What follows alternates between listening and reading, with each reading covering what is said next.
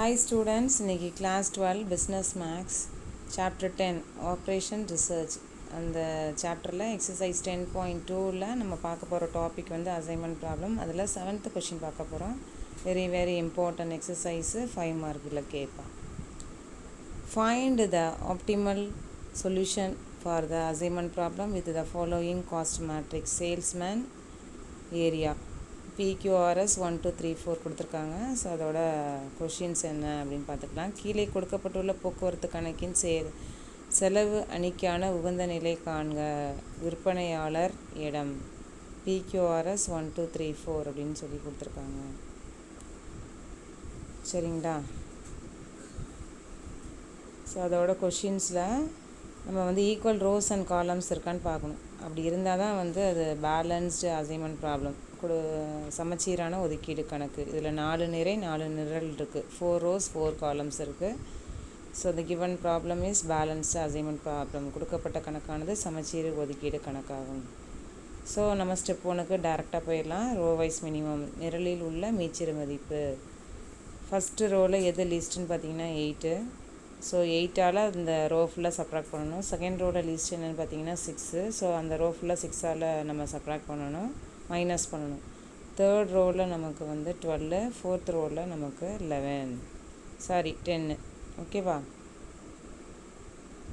So இது ஒவ்வொரு ரோவையும் எதை லீஸ்ட் வேல்யூ நம்ம செலக்ட் பண்ணமோ அதால் வந்து நம்ம சப்ராக்ட் பண்ணுறோம். அந்த நம்பரை வச்சு அங்கே என்ன நம்பர் இருக்கோ அந்த நம்பரோட அப்படி நம்ம கிடைக்க போகிற ஆன்சர்ஸை தான் அந்த பக்கத்தில் ஒரு பாக்ஸ் போட்டு வச்சுருக்கேன் இல்லையா, அதில் எழுத போகிறோம். ஸோ 3908 கிடைக்கிது, 3160 கிடைக்கிது, 1430 கிடைக்கிது, 4021 கிடைக்கிது.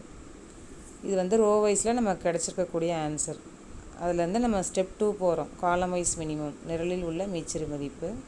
இந்த காலத்தில் வந்து நமக்கு ஒரு 0 இருந்துச்சு அப்படின்னா அதில் நம்ம எந்த சேஞ்சும் கிடையாது. So C2, C3, C4 second column, third காலம், ஃபோர்த் காலம் அதில் எல்லாத்துலேயும் 0 இருக்கனால அதை அப்படியே ஃபில் பண்ணிடலாம். ஃபஸ்ட்டு காலத்தில் நமக்கு பேலன்ஸ்டு என்ன ஸ்மாலஸ்ட்டு மினிமம் என்னன்னு பார்த்தீங்கன்னா 1.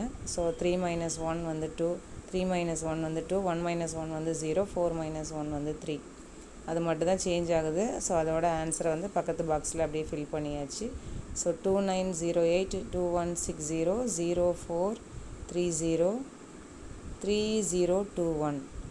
இப்போ நம்ம என்ன பண்ணுறோம்னா ஒவ்வொரு ரோலையும் ஒரே ஒரு 0 வந்து செலக்ட் பண்ணுறோம். ஸோ ஃபஸ்ட் ரோவில் ஒரு 0 இருக்குது, செலக்ட் ஆகிடுச்சு. செகண்ட் ரோலையும் ஒரு 0 இருக்குது, செலக்ட் ஆகிடுச்சு. அது செலக்ட் ஆகிறனால கரஸ்பாண்டிங் கீழே 0s இருக்குது, அது கேன்சல் ஆகிடுது. இப்போ தேர்ட் ரோவில் இருக்கிறதே ஒரே ஒரு 0, அது ஆட்டோமேட்டிக்காக செலக்ட் ஆகிடுது. ஃபோர்த் ரோலையும் இருக்கிறது ஒரே ஒரு 0, அது ஆட்டோமேட்டிக்காக செலக்ட் ஆகிடுது. ஸோ இந்த 0ஸில் நம்ம கிவன் கொஷினில் போய் பார்த்து அதான் அதோடைய ஆன்சர். பியில் வந்து 3, க்யூவில் வந்து 4, ஆரில் வந்து ஃபஸ்ட்டு, எஸ்ஸில் வந்து செகண்டு. அதெல்லாம் நம்ம கீழே எடுத்து அந்த சேல்ஸ்மேன் ஏரியாவில் ஃபில் பண்ணிடுறோம்.